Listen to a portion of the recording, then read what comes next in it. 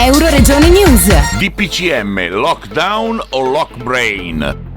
Alcuni sindaci non si sono lasciati intimorire e nel pieno rispetto dei loro pochi poteri intraprendono azioni come il sindaco di Gorizia, Rodolfo Ziberna. Chi mi ha seguito in questo lungo periodo di emergenza coronavirus sa che io ho sempre evitato le polemiche, nel senso che soprattutto in occasione delle emergenze bisogna lavorare a stretto gomito, con grande collaborazione e in fretta. Ecco la ragione per cui io proprio in via collaborativa ho inviato una mail al Premier Conte, al Presidente nazionale dell'ANCI, cioè dell'Associazione Nazionale Comuni d'Italia, al Presidente regionale e al Governatore del Friuli Venezia Giulia Federica. Ripeto, in via collaborativa, con cui parto da una considerazione. Come ho apprezzato, diversamente anche da altri sindaci, ho apprezzato nel penultimo DPCM quella parte laddove si conferiva anche al sindaco, o insieme al prefetto e alle altre forze dell'ordine, la competenza di presidiare quelle zone nelle città che più di altre potevano diventare luogo di assembramento, per intenderci le cosiddette aree movida. Naturalmente basta che il Comune venga messo nelle condizioni di poter esercitare questo controllo. Ma ho salutato con soddisfazione quell'atto, perché io do per scontato, voglio sperare che questo sia il primo passo di altri passi attraverso i quali conferire alle regioni e da parte dello Stato alle regioni e ai comuni ulteriori ambiti di competenza.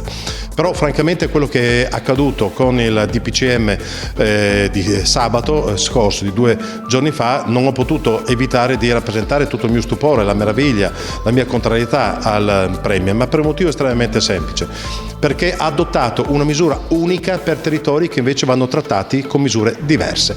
Cioè è il buon senso che ci induce a ritenere che la situazione di un paese di 200 anime potrebbe magari essere un po' diversa dalla situazione della movida di una Milano, Torino, Napoli o Roma. Ecco, questo è buon senso. Allora perché non delegare da parte del governo le regioni, le quali poi avrebbero mediato con i singoli comuni, o perché non raggiungere un'intesa se anche tagliando la mediazione direttamente con ANCI e perciò con i comuni?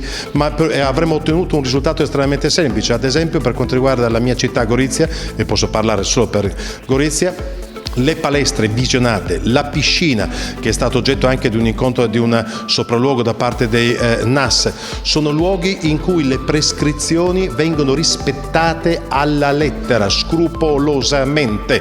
Nessun contagio, non ho la rilevanza scientifica di alcun contagio che è stato contratto in queste aree, ma la stessa cosa dicasi per il cinema, la stessa cosa dicasi per il teatro.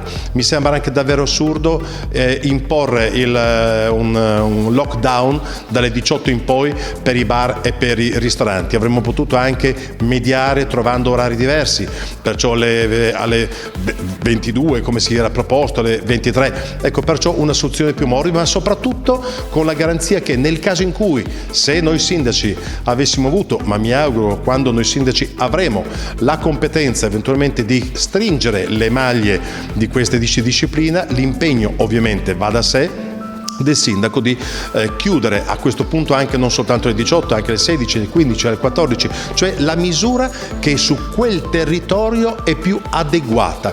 Il principio dell'adeguatezza dell'intervento, ripeto, è frutto non di Costituzione ma prima ancora di buon senso. Ecco il motivo per cui ho chiesto, ripeto, in via collaborativa, ho presentato questo appello al Premier. Non dimentichiamoci che questi settori sono quei settori che più di altri, molti altri certamente, però più di altri sono già stati fortemente penalizzati. Questi settori, bar, ristoranti, palestre, piscina, hanno speso tantissimo per adeguarsi alle prescrizioni Covid-19 e soprattutto ho sentito parlare di rapidi indennizi.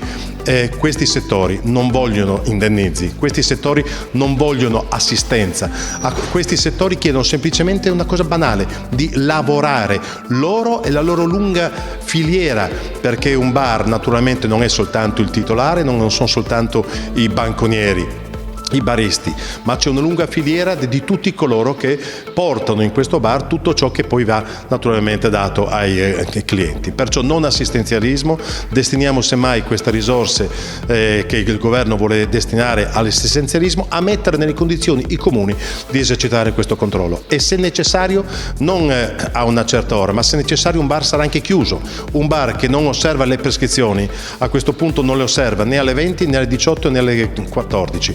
Perciò dare il compito ai sindaci, alle forze dell'ordine, al prefetto, che se un luogo sgarra, quel luogo che è capace perciò di provocare contagi, essere occasioni di contagi, quel luogo va chiuso, e non tutti i bar, tutti i ristoranti, tutti i teatri, tutti i cinema, tutte le palestre, tutte le piscine, dalla Sicilia al Trentino Alto Adige, dalla Liguria al Friuli Venezia Giulia. Io mi auguro che prevalga in questo caso il buon senso, e in questo senso appunto va l'appello che ho inviato al Premier. Il governo dice: non riesco a intervenire su tutto, faccio a macchia di leopardo, cioè un po' qua e un po' là. Non si fa un po' qua e un po' là così senza una ragione. Facciamo un po' qua e un po' là dove serve. Sarebbe un po' come dire: se io sono un medico chirurgo, una persona sta male, la taglio con un bisturi un po' qua e un po' là. Sarebbe assurdo, farebbe sorridere.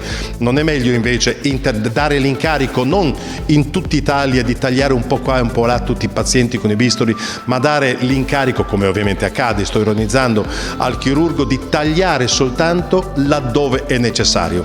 Questi sono interventi chirurgici.